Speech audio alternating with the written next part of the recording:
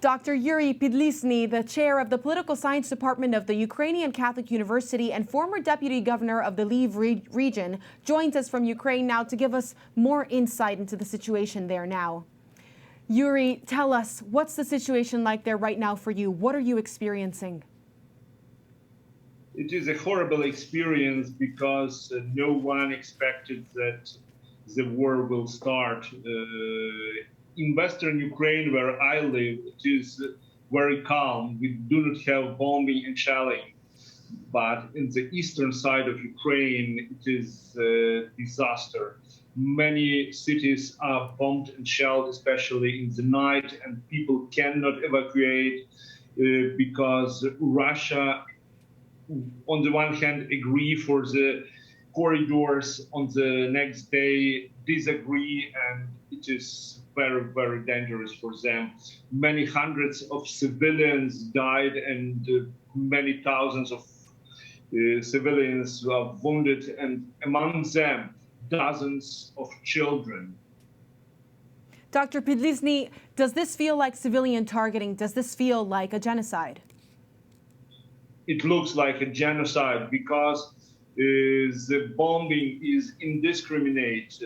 Many pilots that were captured tell that they knew that they are flying over the residential quarters and they had the order to bomb. How are you keeping the faith during these times? What are you doing to stay with hope, Christian hope? Well, as a Christian, as a Greek Catholic, I'm praying each day, especially a special prayer for Saint Archangel Michael, to whom our capital and Ukraine is consecrated. He is a patron of our country, and it is a special prayer for him. Did the papal delegation in any way give you hope?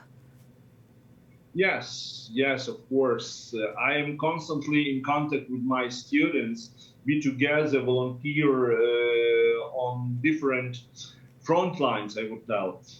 Our students are packing medicine and humanitarian aid that comes from abroad and sending it to the eastern part of Ukraine. I work with academic and ecclesiastic cycles in the European Union and the United States just to break the propaganda of Russia, because their propaganda is so bad that denigrate Ukrainians and is a complete fake and lie. Let's take a step back and talk about the religious conflict. Does it feel like the involvement of the Russian church and also the conflict with the Ukrainian church is the bigger piece here that everyone is missing? You know, in Ukraine, we have the All-Ukrainian Council of Churches and Religious Communities, which unites almost all religions and Christian denominations. And almost all of them stand for Ukraine and communicate and collaborate with each other.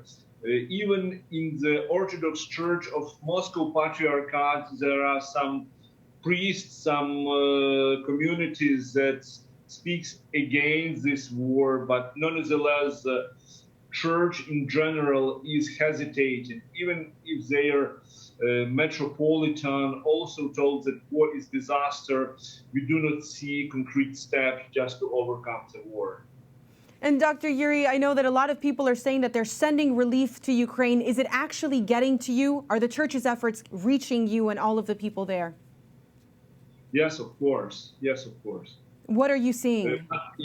But you must understand that in Western Ukraine, where I live, we do not feel the disaster. Of course, we know what does it mean, this war, because we see online, we have friends, we see refugees, but here it's better. And many religious organizations send humanitarian aid, and people feel this.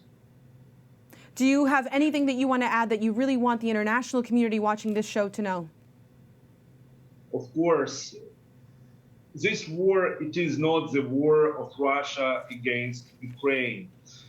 Something more is at stake. It is civilizational war, because the free Western world was attacked, and Ukraine is the first target of Putin.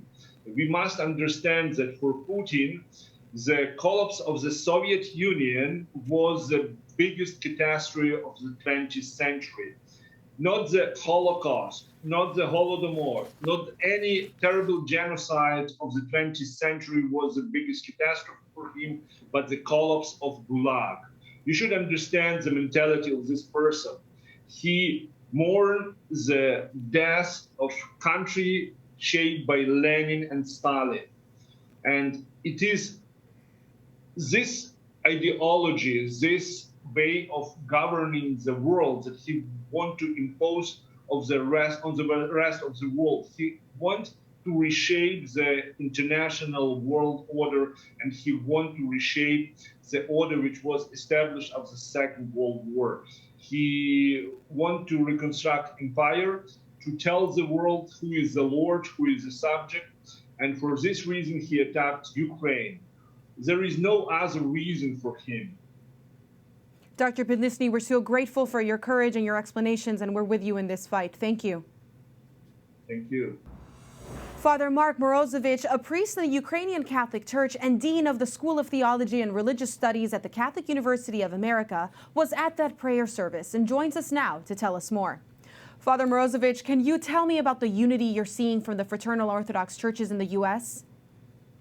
It was a wonderful experience to be in New York with Archbishop Elpidophorus of the Greek Orthodox Church, Archbishop Anthony, the Ukrainian Orthodox Church, Coptic Orthodox, numerous other representatives from Orthodox churches in this country, plus Catholic bishops, including our own Cardinal Dolan. It was a wonderful show of unity, and even we had some interreligious people, in terms of a rabbi was there to join us and to express the outrage over the war in Ukraine. It was a wonderful time to be together and really to sense how important and how needed our work of prayer is.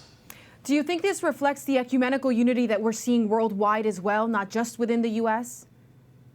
Absolutely. I think that there's a great new spring that's arising, a spring of people who are looking into their consciences deep and are trying to understand where God is, what are the solutions to these things, and we're understanding that at a new time, it is for us, people of faith, to bond together, to unite, to pray, and to give witness to the truth of God and His action in our world today. What about unity within the Russian Orthodox Church? Are we seeing a rift there? What can you tell us also about the Russian Orthodox Church in America? So it's an amazing thing to see today what's happening. The Ukrainian Orthodox Church in Ukraine is split between the Russian or Moscow Patriarchate and then the Ukrainian Patriarchate that was recognized under Patriarch Bartholomew in the 2018 and then in the 2019 Tomos. So more and more of people in Ukraine are asking themselves, what does this mean when the head of our church hasn't spoken out about the evils of this war? What does this mean when Patriarch Kirill hasn't denounced the killing that's going on? In a March 10th letter to the Very Reverend Archpriest Ioan Sauka, the acting General Secretary of the World Council of Churches, Patriarch Kirill says that it's all about outsiders who are trying to drive a wedge. There are no enemies between Ukrainians and Russians, and that this was all coming from outside of how they're trying to make people the enemies of Russia.